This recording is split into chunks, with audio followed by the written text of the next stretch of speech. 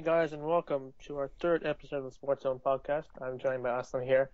Yep, what's We're up? getting ready to kick off our show here. We're super excited. It's been a great two episodes we have had so far, and we look forward to having many more episodes. Mm-hmm. Thank you guys for the continued support on our articles. Our Aslam's latest article on the hockey outlook for many teams received over 3,000 views. We're definitely super excited about that, and there's going to be more articles coming our way. But this week we have another episode for you guys, another great episode. We're going to talk some Blue Jays as usual, some Leafs with the playoffs obviously starting and Leafs not being part of it. That's a big deal. And then we're gonna end the show with basketball, and we're gonna be joined by our first guest. So make sure you stay tuned for that. Yep, So, Awesome, you have anything to say? I'm good, man. Let's get started. So, the baseball season just started, obviously, last week. The home opener was on last Monday. How's the season going so far? The Blue Jays are 3-2, I believe. They're playing right now. So, how's it been looking so far? What do you like? What don't you like so far? Well, the Jays season's been pretty good so far. I'm not gonna lie. Mm-hmm. They started the series in New York. They should have had the sweep there. If you weren't following the Jays, you wouldn't have known. You wouldn't have known. But Brett Cecil actually got stripped of the closer rights just two games into the season. He didn't have a very good outing. Neither did Aaron Loop. But yeah. So I mean, obviously that speaks volumes because I mean, any other season, I don't see the Blue Jays doing that. But the Blue Jays know how important the season is. I mean, last year you would see Sergio Santos blowing 6 or 7 games. I mean, you take those 6, 7 games, you make them wins, and all of a sudden the Blue Jays could be in the playoffs. I mean, the Blue Jays definitely. I mean, the bullpen has been the question going into the season, and I think that they don't have time to fool around. I mean, they're gonna have to find what works and what doesn't work. Blue Jays are gonna go with Miguel Castro as their closer. Obviously, he's 20 years old. He's never pitched above A ball. Just like Roberto Osuna. I mean, these two young guys are going to be fun to watch. But I mean, if they can get the job done, I mean, let's not worry about talking about they're too young and they're not going to be able to do it. I think we just need to get the job done. The rotation is all gone now. Everyone in the rotation has pitched once. We've been once around the rotation. Hutchinson started the year. He pitched pretty well in New York. He was pretty lights out. I think he did give up a couple of runs, but he was very good, which was nice to see. Obviously, he was the youngest opening day starter, I believe, in Blue Jays history, if I'm not mistaken. Um, we did see Mark Burley pitch. We did see R.A. Dickey pitch, Daniel Norris, and Aaron Sanchez. Aaron Sanchez got lit up yesterday. He did try to change his glove from the blue glove to the brown glove. That didn't help, unfortunately. You know, I've been saying, and I know I'm a Blue Jays fan and all, but I don't know how good Aaron Sanchez is going to be. I really do think Daniel Norris is going to be amazing, and I don't know about Aaron Sanchez, how good he's going to be. On the other hand, Mark Burley was pretty good. I mean, obviously he's the type of pitcher that doesn't overpower you by any means, but he does locate his pitches and he does find his spots, and he was pretty effective. R.A. Dickey, he wasn't bad either. I mean, he pitched pretty decent. Russell Martin looked pretty good behind the plate, so that was good to see. Mm-hmm. But overall, the Blue Jays have been good. Batista got off to a really bad slump to start the year. I believe his first 2 games he was 0 for 8 with quite a few strikeouts. He did line it up a little bit yesterday, 2 days ago in the opener against Baltimore, but you know, he's not off to the greatest start. But you know how it is. We're still in the early season. Yeah, for sure. I mean, it's been good so far. Yeah. So, you were speaking about the young guys, Aaron Sanchez. How have they looked so far in the season? So Daniel Norris was very good. He did give up quite a few runs, 3 or 4 runs if I'm not mistaken. But I mean, he pitched pretty well. I mean, he kept the Blue Jays in the ball game, which was very important. But the young guys on the other side is where it's been very impressive. You look at the Mm-hmm. bottom of the Blue Jays lineup, for the most part. I mean, obviously Dalton Pompey just got moved into the second spot yesterday, and he's batting there today. But if you look at the young guys, you look at Dalton Pompey, you look at Devin Travis, you look at Kevin Pillar. I mean, these guys have all done really well. I mean, Travis, obviously, in New York, he got his first big league home run. He sprinted around those bases as fast as he could, which was awesome to see. I mean, he's a very humble guy. I mean, I think he's gonna be really good in the Blue Jays. I mean, obviously, we've had second base problems with, you know, Ryan Goins trying to be it, but I think this guy, I think he's found a home in Toronto. That's gonna be fun to watch. You look at Kevin Pillar. I mean, obviously, he's been here and there with the Blue Jays. He's never really found his spot. He's looked really good in the bottom of the lineup. He's really getting some good contact, not striking out so much really. You look at the pitchers. I mean, in the bullpen, you see Osuna and Castro. I mean, you go back just in New York, and Osuna. I mean, Castro came in for his first save ever. It was really cold, and New York Stadium, the lights, and it's just that atmosphere. It must have been intense for him. But I Hmm. think that it's definitely the Blue Jays. I think a lot of people going into the season are talking about this young approach they're taking, that it's not ideal, and what, so on. And I think Yeah. the Blue Jays will be fine so long as they're being patient. I think you look at the Blue Jays and you say that these guys have a lot of high. There's a lot of high risk, high reward here. I mean, they can either be really good or they can be really bad. And I think the Blue Jays pitchers, for example, they need to be very patient. I think they need to follow Russell Martin's guidance, and they just need to go with what they have. They have it in their tank. The Blue Jays definitely have what it takes, like every other team. It's just going to be a matter of staying healthy and executing when it means the most. Awesome, man. So, how about we look around the league? How have teams that you've watched look so far, and just give me a general um your opinion about teams around the league so far early in the season. So it's been a pretty good season so far. Detroit and Kansas City both have got off to a really hot start out in the Central, which was expected. I mean, the White Sox obviously not been that great. Obviously 1-4 if I'm not mistaken. But Chris Sale is returning from the DL today. He's going to make the start today if he hasn't already so far. But I mean, obviously, there's no point of us going on about the standings. But players and teams that look good. Other teams, I guess, Boston's look pretty good. Their lineup has been pretty good to watch. I mean, the first game or second game, they were really going crazy against the Phillies with Hanley and Pedroia going deep. Then again, looking around the league, you look at the Oakland Athletics, you see former Blue Jay Brett Lawrie doing his thing there. I mean, I shouldn't say doing his thing there because he hasn't really got off to the greatest start. But the Oakland's been pretty well because of Sonny Gray's start, where he pitched a complete game shutout. He was really close to no hitter actually. And I know we've talked about it, and I've said it before that he's going to be critical to their success this season. Moving on, I mean, you see Atlanta Braves. They traded Craig Kimbrel, which we haven't talked about yet, but that was a huge acquisition by the Padres, who are trying to make a big statement and make a real run to the playoffs. But hey, Atlanta has somehow been able to contend without him. I mean, it's not because of him that they can't contend by any matter, but they've definitely begun some sort of a rebuild, and I don't see them contending, but it's nice to see them playing well. Adam Lind, I mean, he's hitting the ball well in Milwaukee. The Milwaukee Brewers not up to the greatest start. Obviously the Cubs lost their home opener, but they're gonna be, I don't know. Obviously Chris Bryant coming up soon. They should be fun to watch. Just like that around the league. There's been some hot players, some not so hot players, but nevertheless, it's still really early, and I know I'm looking forward to the home opener tomorrow. And if you guys want to follow me on Twitter, you'll be able to see a lot. I'm going to be going with my friend FaZe, so shout out to FaZe. We're going to be hitting up the home opener for the fourth time in a row. Awesome, man. So, want to move on to hockey? Yes, sounds good, man. So, yesterday, I mean, I don't really watch hockey games, but I know I tuned into the last game of the season, not because of the fact that they were facing the Habs, because I know the Habs are a rival and whatever, but because I think this is actually the end of an era of some sort. And I saw that, Hmm. the Leafs game ended, maybe the last game for Kessel, the last game for Phaneuf, JVR, who knows, Lupul, who knows, the goalies, who know. And I know that, at the end of the game yesterday, when it came to appreciating the fans, they basically got booed off. I mean, it wasn't very pretty. I don't blame the fans, and I mean, like, it hasn't been a pretty season by any matter. I mean, obviously, you have some news for us with the Leafs, just breaking news coming out today, this morning, about the Leafs. Why don't you give an update about what the Leafs have already began to do in their off season? Yep. So, the Leafs have fired the GM Dave Nonis, the interim head coach Peter Horachek. One of the assistant head coaches, Steve Spott. Steve Staios will go back to player development. He wasn't fired. Goaltending coach and a couple other people. All in all, 18 scouts were also fired. Um, so yeah, it was just a total clean out of upper management by Brendan Shanahan, who's the president.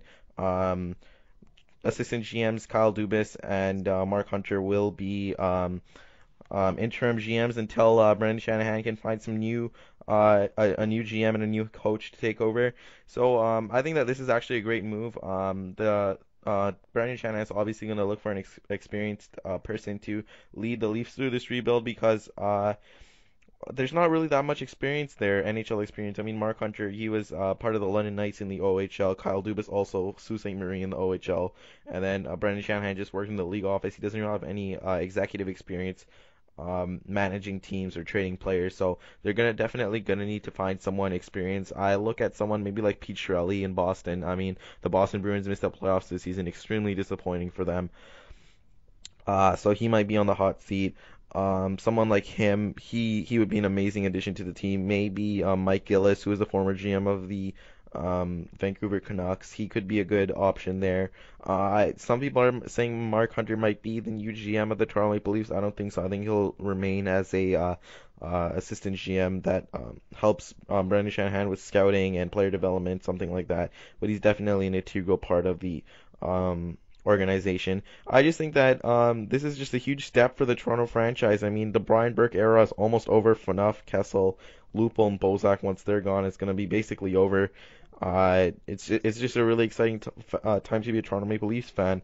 Um, you see the firing of the 18 scouts. I mean, the Leafs drafting hasn't been terrible. It definitely hasn't been the best, but it hasn't been terrible. So, firing the 18 scouts that they did, part-time and full-time scouts, I think that's a step forward for the franchise.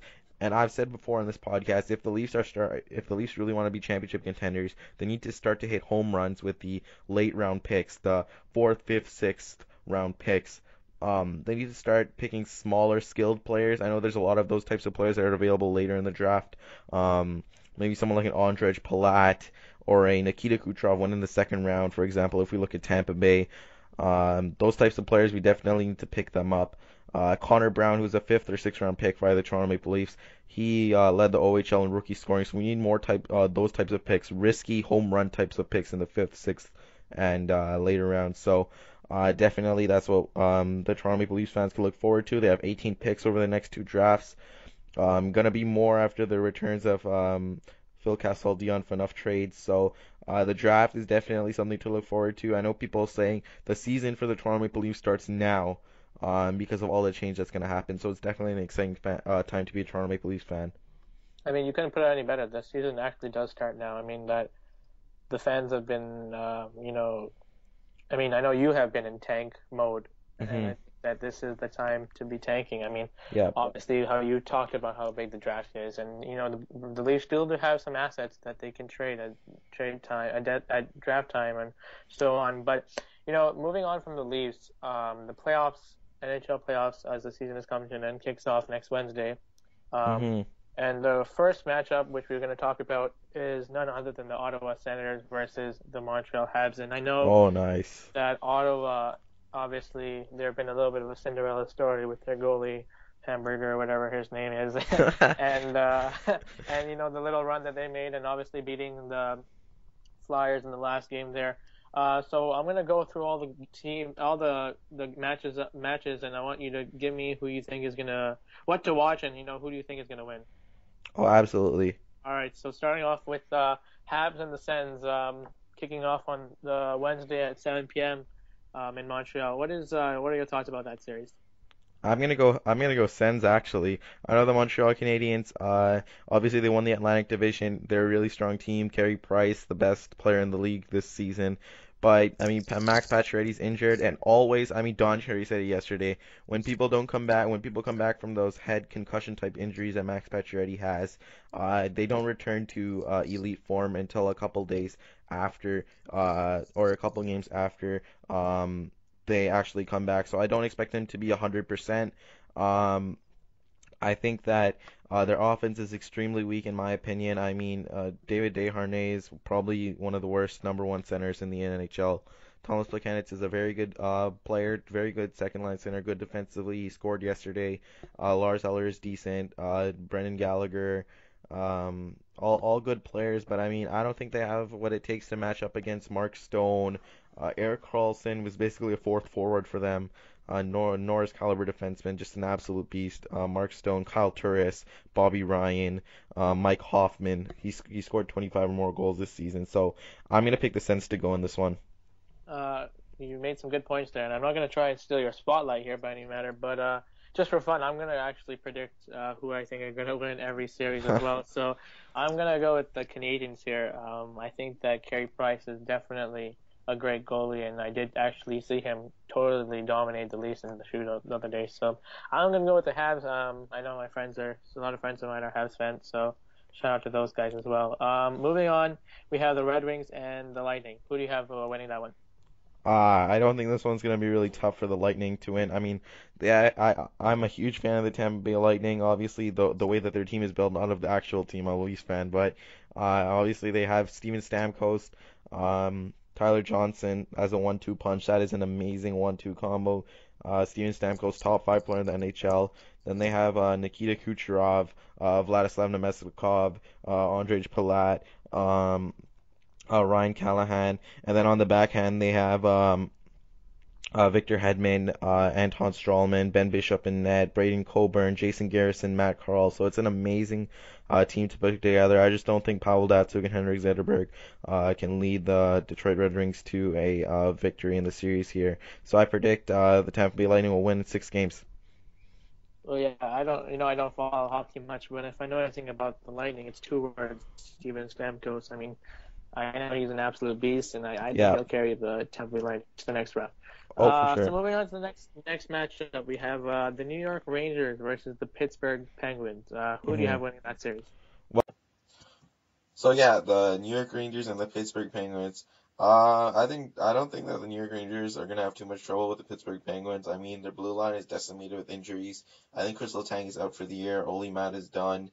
It's just gonna be very hard to compete with the blue line featuring Dan Girardi, Ryan McDonough, Mark Stahl, Keith Yandel, and then Klein, Dan Boyle. So I don't have too much doubt that New York will have a really hard time dealing with the Penguins. I think that Rick Nash needs to really step it up this year. He had a really disappointing playoffs last season, and he had scored 42 goals this season, so he definitely needs to step it up. But I think the New York Rangers are a legitimate threat in the East and a championship contender.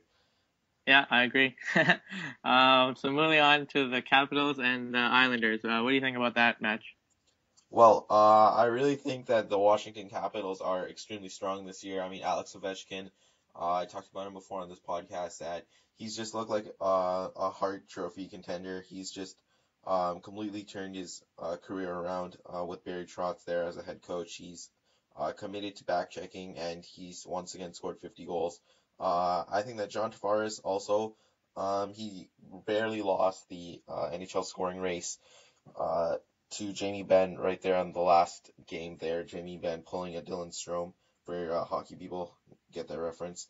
Um, so I think that the Washington Capitals actually come up on top just because I think Alex Ovechkin is a series changer. I think that he's an absolutely elite player. The defense featuring John Carlson, Mike Green, Brooks Orpik, Matt Niskanen. It's just better than the New York Islanders defense. I like Kuznetsov as their second line center. Nick Backstrom's a really good player, so I think that Washington will win this series. Yeah, from what you said, I mean, you talked about how good Ovechkin is, and I think that he's going to be leading the Washington Capitals to the next round. So moving on to the Western Conference now, we have Minnesota taking on St. Louis. What about that match? What do you think? Well, I just don't see a scenario in which Minnesota wins in this series, unfortunately. I think Devin Dubnyk has come in there, definitely propelled them to the playoffs. They're out of a playoff position. Mike Yeo, the coach, was on his last breath there. He was just about to get fired. Devin Dubnyk comes in, GM Chuck Fletcher acquires him for a third round pick, and then he's just been stellar ever since. But you look at the St. Louis Blues and the depth of their blue line, Alex Pietrangelo, Jay Bouwmeester, Carl Gunnarsson, Kevin Shattenkirk, off the top of my head. And then up top in the forward position, Alex Steen, Vladimir Tarasenko, David Backes, Laterra, Oshie. It's just such a stacked offense. There's just no way that, and I think Ken Hitchcock is just going to come out and give it his all. I think that if they exit early, Ken Hitchcock will be gone as the head coach of the St. Louis Blues. Their goaltending is a bit of a concern, but I just think that St. Louis is the better team, and I can't see them losing in the series. Well, to be honest, I don't really know much about these two teams, but I will go with the Blues because of the fact that I remember them having Jaroslav Halak. Is that correct? Oh yeah, he's moved on to New York, but Well, they yeah, got the you can the tell I league. don't know anything about hockey, but I just remember I'm just gonna cheer for the Blues. Yeah, uh, no problem. so moving on to the for Nashville and the Blackhawks. I'm pretty sure you're gonna say the Blackhawks, but what do you think here? Yeah, absolutely. I mean, Patrick Kane is back for game one. He's one of the best players in the NHL. So speedy, so creative. Jonathan Toews leading the Hawks up front. Brendan Saad, Marian Hossa, Patrick Sharp. That's just an amazing top six group. And then on defense, you have Nick Halmerson, Duncan Keith, Brent Seabrook, and Corey Crawford in goal. That's a championship team right there. They aren't going to be looking to get out in the first round. They're going to be looking to go all the way in the Stanley Cup Finals. Something interesting that you might note for this series is that maybe Chicago is a little bit tired. I mean, they've been to the playoffs for so many seasons, so many deep playoff runs. Maybe fatigue sets in. I'm not sure, but Nashville, it's going to be their first time in the playoffs for a little while. First time for people such as Philip Forsberg, Roman Yossi. But they're a really good team for the future, but I just can't see them, especially with the weak center depth. Yeah, I just can't see them going past Chicago. Yeah, for sure. And I think the real debate is how many games it's gonna take Chicago to win. Oh, But for sure. moving on to Winnipeg and Anaheim. Who do you have winning there?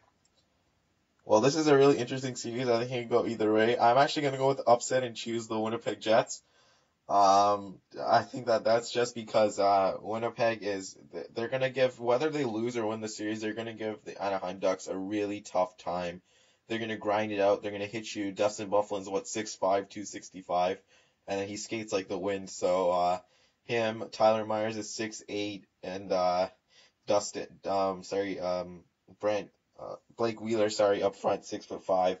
They just have a really big. Andrew Ladd's also huge. They have a really big forward group. They're fast, they're skillful, and they play the body really well. They grind out their goals, and they're an elite defensive group. Um, so yeah, I think that the Anaheim Ducks, obviously they can win the series, but I'm gonna pick the Winnipeg Jets solely because I think that they're gonna be riding the momentum they had late in the season. And although Ryan Getzlaf and Corey Perry are an elite scoring group, I just question that their defense might not match up. They definitely don't match up to the Winnipeg Jets. I don't think that they'll go as far as some people are saying.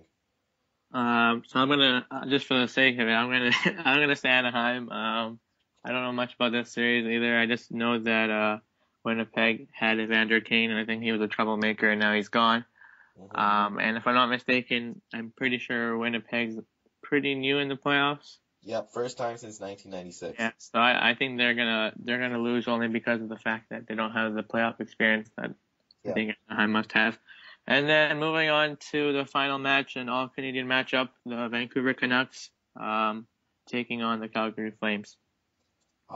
In this series, I'm actually gonna go with the upset again. I'm gonna go with the Calgary Flames. I just think that the Vancouver Canucks, although they're led by the Sedins, obviously very skilled players, I think that the Calgary Flames with Sean Monahan, Johnny Gaudreau, and Yuri Hudler up front, I mean that's an excellent line. And you have T.J. Brody, Chris Russell leading the league in block shots, Dennis Weidman, 50 points, just an absolutely elite defensive group. I think that they have a solid combination of two-way skill. They just never give up. I believe they were one of the leaders in comebacks in the NHL. So, I just don't see a scenario. I see scenarios where the Vancouver Canucks win. I see scenarios where the Calgary Flames win. This series could go either way. I'm just gonna take Calgary on this one. Yeah, for sure. And I think that I think Calgary will win actually. I think that from what I've heard is they have a lot of young stars who can really help out the team. Hmm. Um, so what do you think? I mean, might be kind of early, but who are your favorites to actually win the whole Stanley Cup?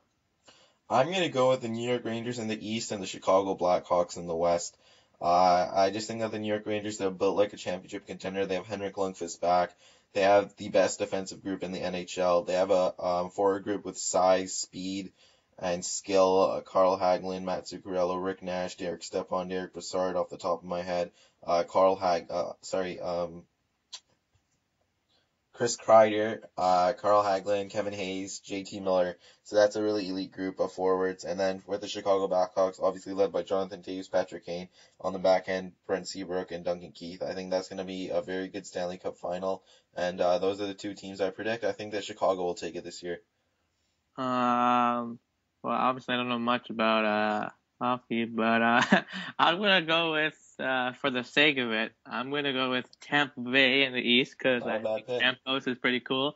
And I'm gonna go with the Blues in the West only because of the fact that I see here that they have a point plus 47 differential between goals allowed and given. So I think that might be something to watch. I have no idea.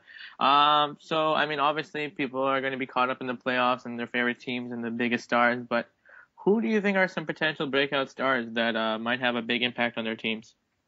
I'm gonna pick one player from the East, one player from the West. From the East, although not a breakout star in the regular season, I'm gonna go Keith Yandel of the New York Rangers, the left-handed defenseman, offensively gifted, acquired from Arizona near the trade deadline. I think that he is gonna be a power play quarterback for them. He's gonna play an integral role in the New York Rangers' success. It's something that they've been missing from their last Stanley Cup run. I think he's gonna put up points in the playoffs. He's just going to be a very good player for the New York Rangers, providing points from the blue line and gives them a dimension a lot of playoff teams lack, which is an elite puck moving power play quarterback with elite offensive skills and not bad in his own end.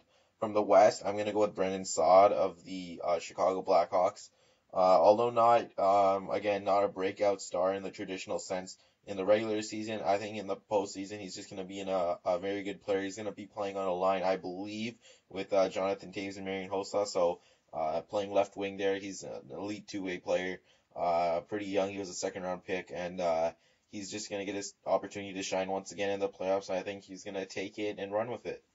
Absolutely, and I think those are some interesting names. Obviously, I've never heard about, but I'm sure you're absolutely right about that. So that'll conclude our NHL segment. We're gonna move on to basketball now. All right, so we are joined by my guest, Renishan. He's a buddy of mine. He's a huge Raptors fan. He loves basketball. How's it going, man? It's going good. It's going good. How about you? Great. It's going great. So we're gonna talk some basketball and with our hometown Raptors here. So the Raptors are coming down to the final stretch of the season here. Obviously, Kyle Lowry's been injured a little bit. Terrence Ross, they're not fully healthy. But what do you think about the Raptors going into the playoffs? I feel lately they've been playing good, but if you look for the past 1 month, they've been pretty inconsistent, I feel. But I think going into the playoffs, they have a momentum right now, and I think they'll be good if they keep playing the way they are right now. So obviously, like you just said, the Raptors haven't been that great. But what do you think? What are your realistic expectations of them in the playoffs? Do you see them being a one and done, or do you think they can go past the first round? Well, based on the current playoff picture, I think they have Milwaukee. I think that's realistically, I think they can beat them if they play the way they are right now. And second round, I believe they would have someone like Atlanta, which they swept. I think they won 3 out of the 1 games they played this year. So I think they're going to be a second round exit. That's what I feel. But if they play the way they did the regular season against Atlanta, they might go to the conference finals. But that's being a bit optimistic. Yeah. All right, just to jump in here, you said the second round exit. I think that would be kind of disappointing for the Raptors. I mean, everyone said that they're a young team, kind of, but I expect them to take the next step this year. Although they could win one round, I expect them to win two and then maybe get out in the semifinals there. But yeah, I expect them to. I think they can win against the Hawks in a seven-game series. I mean, Thabo Cephalosha is out for the year, I believe. So Yeah, I think 3 series would be ideal for the Raptors at this stage if they're trying to build a contending team. it's possible. I think they're still a bit too young, but Hmm. that would be a big step forward if they are able to do that. For sure. And so you mentioned the Milwaukee Bucks, and I think that obviously there's still a couple of games left, and I think the playoff picture is just going to form itself. But I know I personally would like to face the Milwaukee Bucks. Do you feel the same way for the first round? Right now, I feel Milwaukee's the better matchup than the Wizards Hmm. because Wizards can't forget they won a playoff series last year, and John Wall. He's pretty good point guard. Even though we're good against the Wizards, when their team is going, they're just hard to beat. Absolutely. So I prefer Milwaukee because the Wizards are on the A game. They're not going to be easy to beat. Yes, and so obviously, I mean, we're talking about the playoffs here, and it's coming around the corner. But I mean, looking into the off season, I know Aslam and I have talked on previous episodes about the Raptors having some big holes still in their lineup, with Terrence Ross not really developing into the player we thought he was, and Amir Johnson obviously with his knees and not being the durable guy he is. What are some names that attract you in the free agency and that you would like the Raptors to make a run at? If I'm not wrong here, I believe Draymond Green and Tobias Harris, they're RFAs, UFAs. I'm not too sure about that, but Hmm. those are two intriguing names. Like, I think our biggest hole as a team for the Raptors, is the small forward position. They have to upgrade there because if you want to be a contending team, that has to be one of your strongest positions. Yeah. Because most teams, most contenders, they have those elite small forwards, and we don't have someone that's capable of at least, they have to be at least able to guard the small forward. Then there's also scoring as well, which Terrence Ross is too inconsistent. James Johnson is a good bench player, but we need someone like Draymond Green, even Jimmy Butler. We can Hmm. put Jimmy Butler in the shooting guard position. Tobias Harris is really good. I think he has a lot of potential. I think those three are the top options in the offseason for the Raptors. Yeah. For sure, and there's definitely some good names. I mean, obviously the Raptors aren't the only ones that are going to want these players. I mean, you look at the Knicks and the Lakers; they have a lot of money to spend. But I do like. I mean, I think the Raptors definitely have to make some moves if they want to, really make a serious run in the playoffs. I mean, obviously we hope they can do better than the first round this year, but they definitely need to make some moves, like you mentioned. And then looking at the playoffs again one more time. So I mean, obviously looking at the playoff picture right now, we have teams like the Cavs, we have teams like the Bulls. In the West, you have teams like the Grizzlies and the Warriors. And so, what teams do you think that are some real contenders that the Raptors should watch out for? And what teams do you think are some of the pretenders that maybe in the playoffs but really won't make any buzz? Um, it's hard to say. I'm a bit doubtful on the Bulls. Okay. Going into the season, they were supposed to be one of the top teams up there. Mhm. The reason why I'm doubtful for the Bulls is because they never had a healthy lineup all year. Every single time they have a healthy lineup, 5 games in, someone's injured. Yep. So I don't know if there's going to be chemistry issues going into the season Hmm. because Rose is back. So who's going to have the ball now? Because it's been Jimmy Butler's team like for most Mhm. of the year. Him and Gasol has been very good offensively. He's been a bit of a liability defensively, but I think the Bulls might end up in the same scenario as last year where they got upset by the Wizards. So it's a possibility of them not making it. Hmm. In terms of the contenders, Yeah. Who do you expect to win? If you were to make a prediction right now, right now, I know it's tough, but I mean, if you were to put your money on someone, who would it be? I'm going to put it on the Cavaliers. Really? I just think LeBron's been there, done that, and Hmm. he has some good young talent around him too, right? Yeah. Yeah, for sure. I mean, And any team with LeBron James on it, the best team in the world, is obviously going to be a contender. So yes, exactly. I don't disagree with you there. If I look Yeah. to the West, I would say I'm not completely sold on the Golden State Warriors. Obviously, they had a good season there so far, but I would actually look to the Spurs. I mean, we all know that they're on a huge run right now. I think that they can carry that momentum into the playoffs. And I'd look to them in the West, maybe a Cleveland versus San Antonio final. What do you think about that? I think that's a possibility. Right now, I think Spurs they're playing really good. They're playing like championship caliber ball right now, and Hmm. I'm really confident in terms of the Spurs. It's either two teams coming out of the West for me, Spurs or the Warriors, and there's also the Rockets. I feel depends on how they gel, Hmm. but yeah, for sure, Spurs and Cavs. That's a possibility for the finals. Yep, sounds good, man. So, one of the things we asked last episode was which Toronto team you think will win the championship first. Obviously, we're looking at the three major sports teams in Toronto: the Raptors, the Leafs, and the Blue Jays. My buddy Adam here said that he thinks that the Blue Jays are going to win the next major title, and I said the Leafs because they're rebuilding the proper way. Today they just fired Dave Nonis, and they fired, I think, 18 or 19 scouts. They fired Peter Horachek. They're completely redoing the management structure, and I think that's going to help them in the future. Try and build a contender, and obviously they're going to try and get rid of all the players and build it the right way. So, knowing all of that, who do you think is going to win the championship first? If you had to pick if you had to pick a team from Toronto, which one would it be to lift the championship trophy first? It would it would probably be between the Leafs and the Blue Jays. Really? So you're like me. I'd put the Raptors last. Yeah, the problem with the Raptors is like, there's so much big name cities they have to contend with, and Hmm. it's just so hard for them. All the free agents never like come, big name free agents never come to Toronto, so it's so hard for them to draft and win championships. Yeah, absolutely. But I'll go with the Blue Jays, and here's why I say Blue Jays because if you noticed last year, uh, who made it to the World Series? Um, the Giants versus the Kansas City Royals. Yeah. I'm pretty sure no one had the Royals going to the World Series, right? Yeah, So Hmm. anything's possible. Like the Blue Jays aren't terrible. Right now, their only weakness you can really say is their pitching staff. Yeah. And honestly, anything can happen during trade deadline. They can trade away some young assets for some good veteran arms.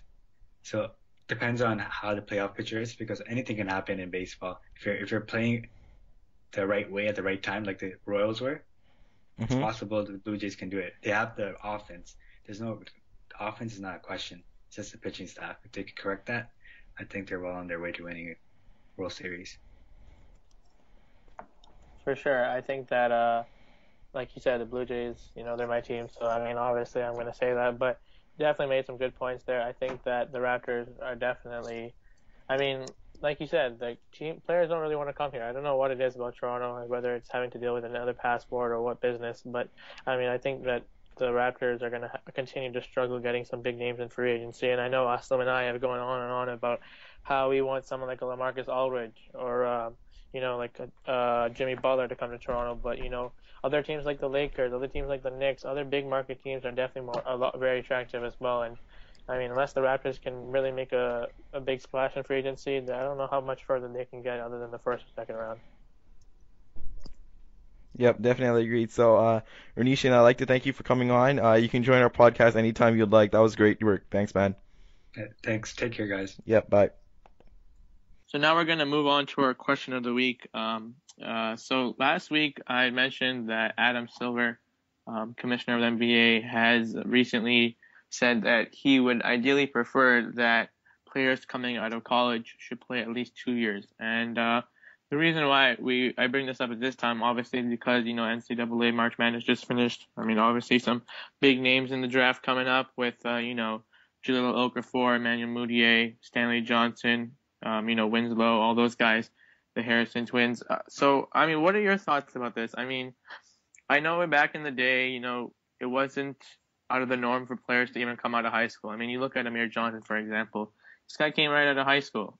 And you looked at Andrew Wiggins, and a lot of people before he even signed with Kansas last year, people were saying, he's ready to play in the NBA. But I think Silver brings up a good point because of the fact that players are able to develop their game, and it's not really go there, play 1 year, and then enter the NBA draft as well. I think there's also a sense of maybe maturity there.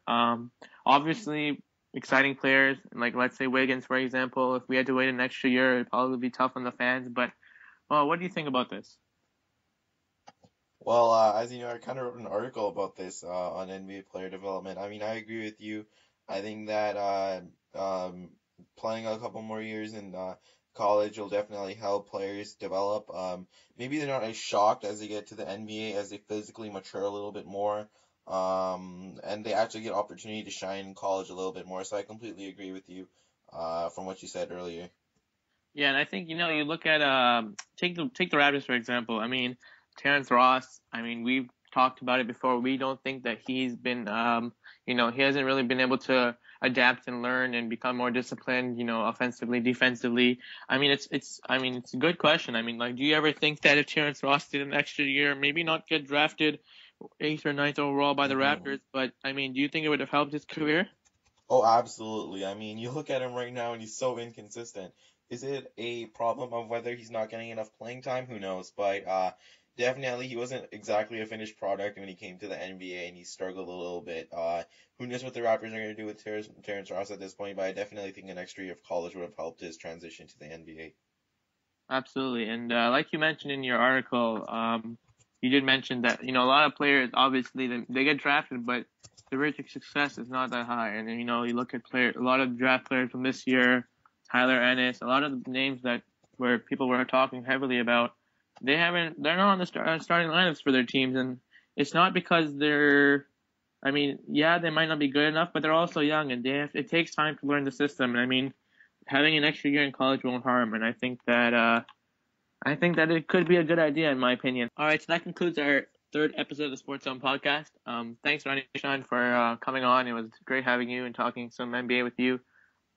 Thanks, everyone, for listening. So next week's question will be, do you think that the New York Knicks and or the Los Angeles Lakers, who have heavy payroll, a lot of money to spend, and some good draft picks, can completely turn around their season and make the playoffs?